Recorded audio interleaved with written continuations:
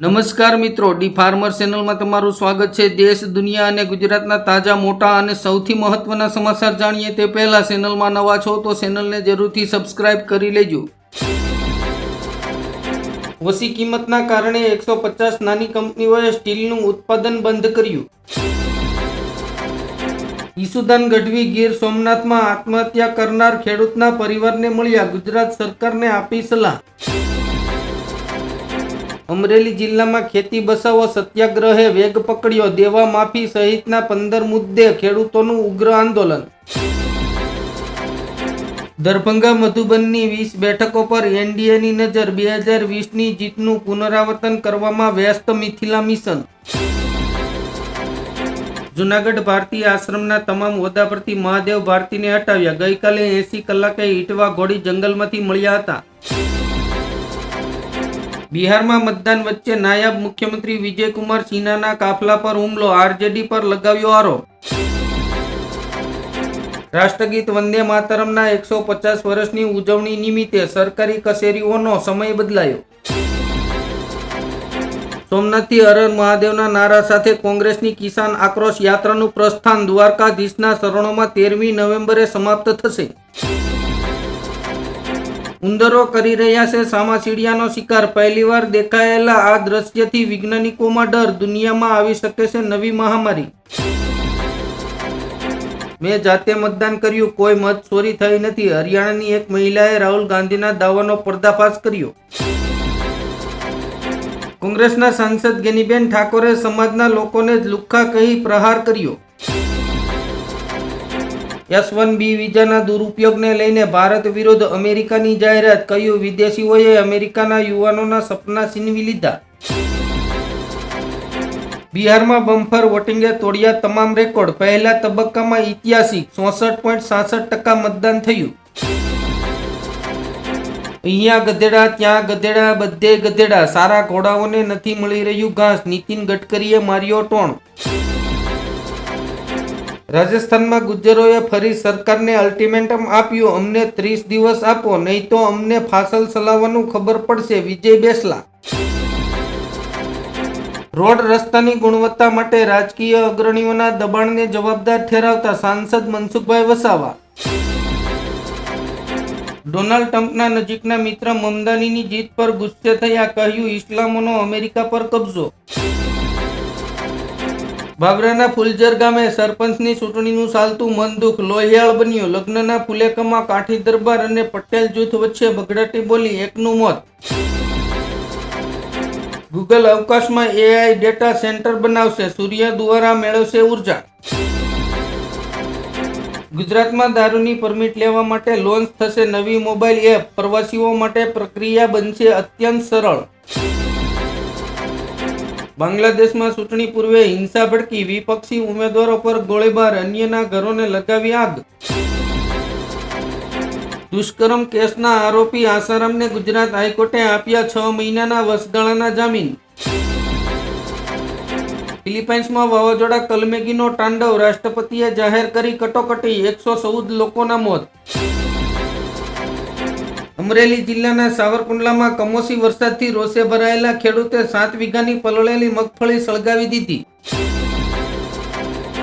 ભારતના ડુંગળી પ્રતિબંધથી બાંગ્લાદેશમાં સંકટ, 110 થી 120% પ્રતિ કિલો સુધી પહોંચી જતા સામાન્ય જનતાની મુશ્કેલીઓ વધી। એલોન મસ્કની કંપની સાથે કરાર કરનાર દેશનું પ્રથમ રાજ્ય બન્યું મહારાષ્ટ્ર, સ્ટારલિંકની સેટેલાઇટ ઇન્ટરનેટ સેવા થશે શરૂ। શિક્ષણની ગુણવત્તા માટે મહાપરીક્ષણ, ગુજરાતના 40 લાખ બાળકોના લર્નિંગ લેવલની આજથી ચકાસણી શરૂ। સૌરાષ્ટ્રના જાણીતા ઉદ્યોગપતિ દિનેશ કુંભાણીએ ખેડૂતો માટે કરી આર્થિક સહાયની જાહેરાત, 4 ગામના ખેડૂતોને કરશે મદદ। રાજસ્થાનમાં ભાજપ સરકાર 300 થી વધુ સરકારી શાળાઓને તાળું લગાવી દેશે। સોમાલિયાના તટ પર ભારતથી દક્ષિણ આફ્રિકા જઈ રહેલા જહાજ પર ગ્રેનેડથી કરાયો હુમલો, સમુદ્રી ડાકુઓ પર શક।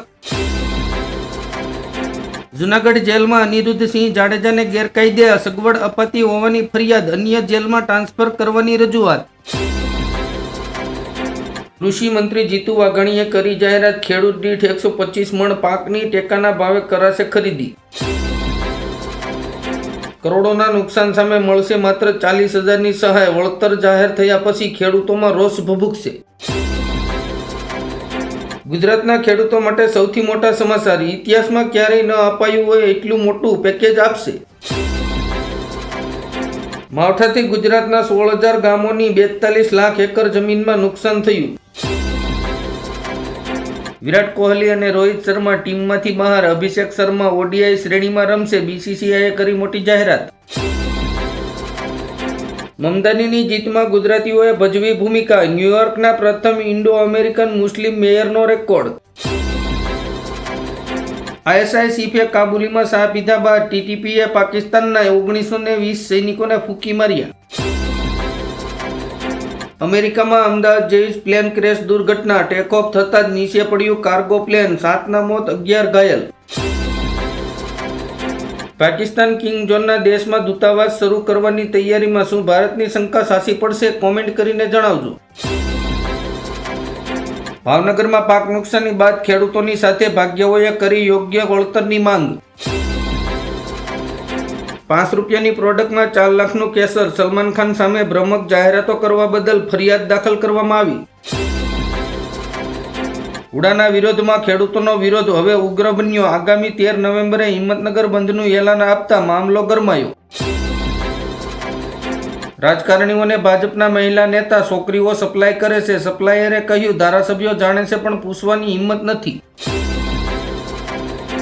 રાહુલ ગાંધીનો આરોપ. હરિયાણામાં 25 લાખ મતોની ચોરી થઈ. બ્રાઝિલની મોડલે 10 બૂથ પર 22 વાર મતદાન કર્યું. મુખ્યમંત્રી યોગીએ મુખ્તાર અંસારીના ગેરકાયદેસર કબજામાંથી મુક્ત કરાયેલી જમીન પર બનેલા ફ્લેટની 72 પરિવારોને ચાવી સોંપી.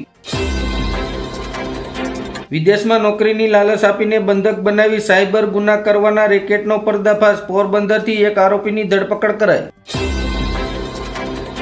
જૂનાગઢ ભારતીય આશ્રમના લઘુ મહંત જંગલમાંથી બેભાન હાલતમાં મળી આવતા હોસ્પિટલમાં ખસેડાયા. આખું શરીર ધ્રુજતું જોવા મળ્યું. કોંગ્રેસની મોટી જાહેરાત. સરકાર ખેડૂતોના દેવા માફ કરશે તો કોંગ્રેસના તમામ ધારાસભ્યો પોતાના પગાર સરકારને આપશે. મુખ્યમંત્રી ભૂપેન્દ્ર પટેલની ખેડૂતોને લઈને મોટી જાહેરાત. 9 નવેમ્બરથી ટેકાના ભાવે ખરીદીની થશે શરૂઆત. ફિનલેન્ડના રાષ્ટ્રપ્રમુખ એલેક્ઝાન્ડર સ્ટબે કહ્યું, ભારતને સંયુક્ત રાષ્ટ્ર સુરક્ષા પરિષદમાં સામેલ નહીં કરવામાં આવે તો સંયુક્ત રાષ્ટ્ર નબળું પડી જશે. મહાદેવ એપ કૌભાંડી રવિ ઉપ્પલની તાત્કાલિક ધરપકડ કરો. મુંબઈથી ભાગી જતા સુપ્રીમ કોર્ટે ઈડીને કર્યો આદેશ.